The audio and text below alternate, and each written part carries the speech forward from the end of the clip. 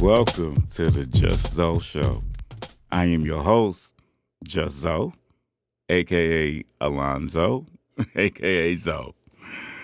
Got quite a few things to discuss right now. And first, I want to let you guys know that this is the 5th episode. Yeah, number 5. And I know it's been kind of quiet. Like, we've been trying to figure out ways to post it on my page, but I think we got it together this time. So, just give me a minute and everything will be just fine. What do we want to discuss? Where do we want to start? How about this past weekend? I had everyone knows that I'm a, bilateral amputee, both my knees are gone and things of that such. So when I'm walking with these prosthetics, it has the knees in them, but they're like manual. They're manual pretty much. They brought some new knees for me to try out. They were like micropressors in them. Micro compressors. They had those in them. And they had like hydraulics and like a little bit of hydraulic thing in it. And they wanted me to test them out. And they put them on my prosthetics, and I walked in them. And I'm gonna tell you, that's not exactly an easy thing to do, because the thing it's trying to learn the way you walk. It's trying to learn the way I walk, and at the same time, I have to trust trust that it's gonna hold me. So I have to put my weight down on it while it's bent, and that's kind of not like a good thing to do. Like with the manual ones, anyway, you can only put my pressure down on the straight leg, not the bent one. If it do the bent one, I'm going all the way down. So, but and trying to learn how to walk with these things and such. It was just a trial. So my doctor came and looked at it, seen, and I'm like, well, like with everything else, you got to practice. So he wrote a script for, the insurance company to get it for me. But here's the thing, y'all. Those knees cost $50,000 each. $50,000. So you mean to tell me I'm going to have over $100,000 on my legs? Only thing I can say about that, glad I don't have to pay for it.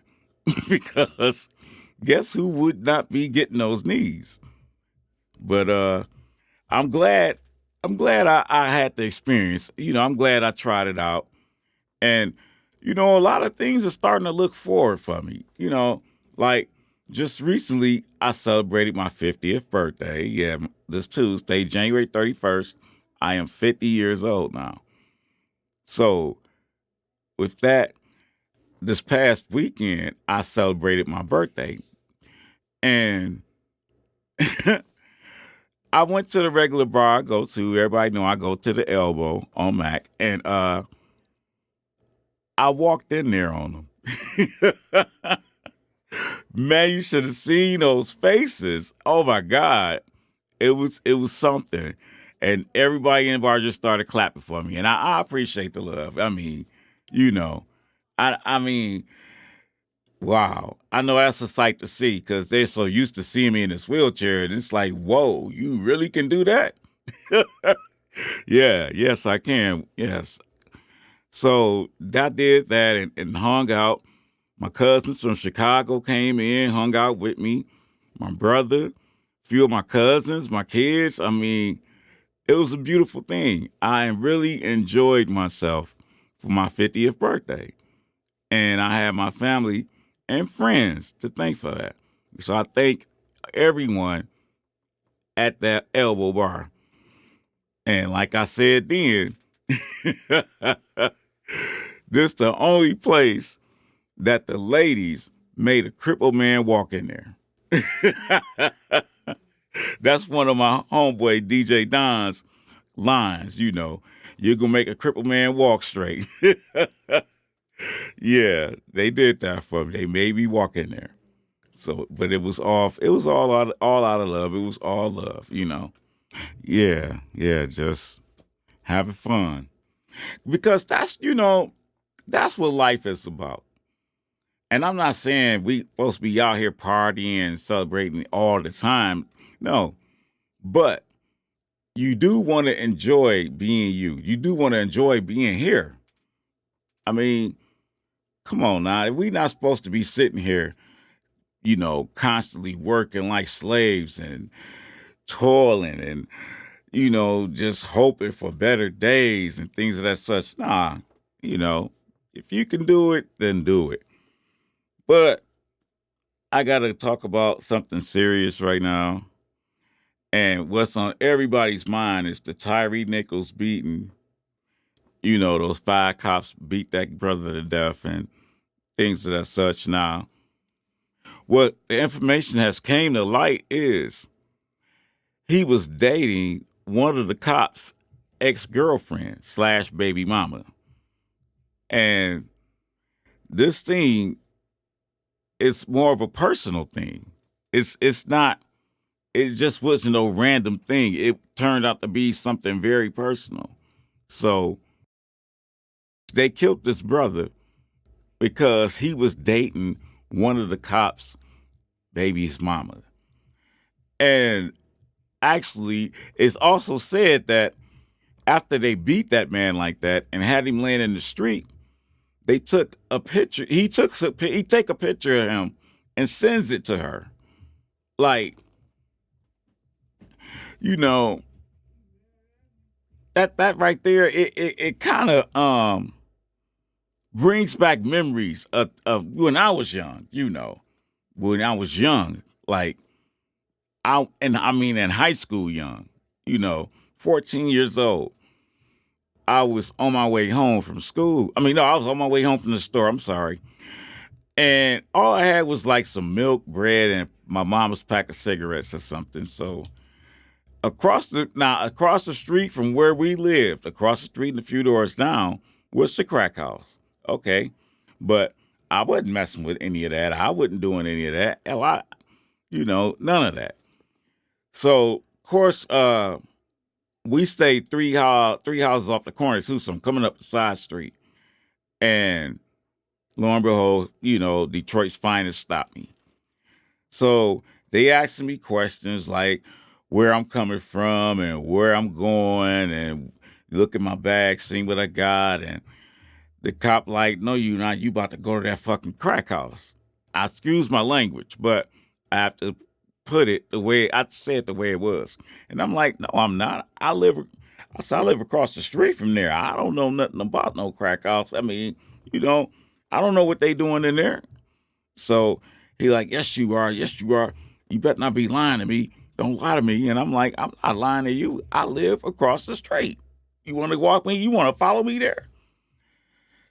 So he slams me up against the car and says, I know you fucking lying to me. Pulls out his gun and puts it to my head and say, I ought to blow your motherfucking head off right now. Because I know you about to go there. But I'm not. I'm a wait. Because I'm going to catch you coming out there and I'm going to F you up. Put his gun back in his holster. Him and his partner got in their car and pulled off. Now, I was scared, of course, scared to death, but angry too, because I'm like, I'm telling the truth. I'm not doing nothing. Why would he do that? And to somebody to somebody like me, like, what was the purpose of that? And I never really mentioned it. I never even told my mother about it because I didn't want her to, or she already was worrying about enough. And I didn't want that. I feel like that would have pushed her to an earlier grave, and I didn't want that. So I went home, sat the stuff on the table, just went in my room and just played my music. That's what I do when I feel like I just need to calm myself down, just play my music. And just thought like, damn, they could really do that to me and not even get in trouble about it. You know, this police brutality thing, it's not new. It's nothing new to us. Only thing is, since things are seen now, so many cameras and all of that, it's getting filmed. And people are recording stuff now, so they can't get away with things. But I don't understand that when they do record it and they show it, they still has to have a trial when he right there on video doing what he doing. Make it make sense. But I'm glad they are doing what they doing for these cops. Get their ass off the streets because you doing that type of stuff, man. Don't tell them what else they might be doing. I mean, that's just, that's just crazy. But yeah, I've known, I've seen and known police brutality. I've had quite a few experiences with them. But the funny thing about it is now that I'm in this, it's like now that I'm in a chair and I'm older, I don't get that from them no more. Like when they see me, they offer to help me. Hey, mister, how you doing? Do you need some help, sir? What's going on? And I look at it and I'm like, I bet if I was standing there, it'd be like, what's your name? You have any ID? Can we search you? And all that. I'm like, and I feel like I wasn't no threatening kind of guy. Hell, I wouldn't but 5'6". I mean, I'm lying about that too, but I wasn't but 5'6". I was not a tall person. Yeah, I worked out a little bit and had little muscles here and there, but I was not, I felt like I wasn't no intimidating kind of guy. I was just quiet and I stayed to myself. So, but hey, I'm not gonna lie about that though too, because a lot of times I was involved in some street activity kind of stuff, but I wasn't out here shooting no guns and all that old stuff. I was just trying to make me a few dollars. But I don't like talking about that because I don't want to be like everybody else and say, yeah, I was a former hustler and I got down and I did it like this. Nah, we hear enough of that. It's time for us to be grown men and women. It's too many of you N words and B words. Y'all know what I'm talking about. It's too many of y'all. We don't need no more y'all. We need black men and women, or just men and women, period. Because the N word and the B word don't just apply to us folks of color. You got them in every race. So hey, take it how you want it. But you know what, y'all? This movie I had seen recently just crossed my mind, called Above Suspicion. If you get a chance, please check it out. It's a true story. It's about this federal agent and this girl who's a drug addict. It happened back in the late 80s in West Virginia and Kentucky. The federal agent gets, her to start being an informant for him. Then he starts sleeping with her, you know, and he's already married with a child.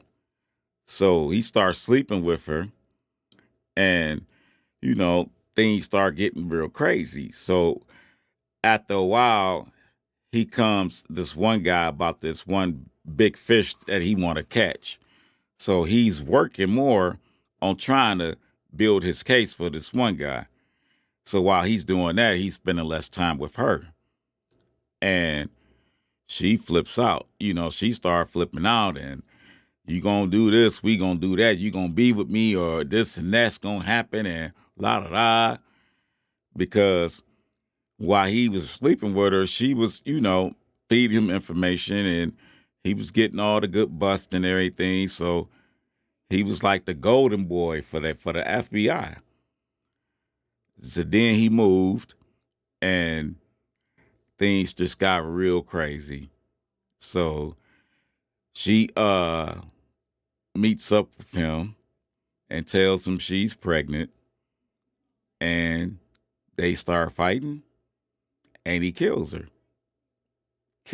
And buries her out in the woods, and kept that to himself for about a good 10 months. And then he tells his wife that he couldn't, he told her what happened. And the wife was like, well, we can just keep that between us and keep on living. But he couldn't do it. So he went on and turned himself in. They gave him 14 years, but he only did 10.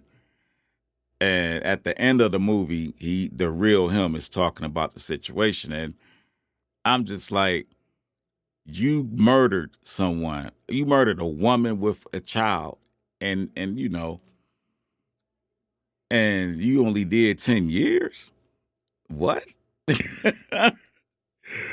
I guess because, I don't know, maybe being a federal agent played a part in it or something. But, I mean, come on, man. You killed somebody. You killed a pregnant woman on top of that. And threw her out in the woods. And matter of fact, when they found her, the animals out there ate her up so bad that it wasn't nothing but bones. She wasn't nothing but bones. I mean, just wow. But I mean, that movie is above suspicion.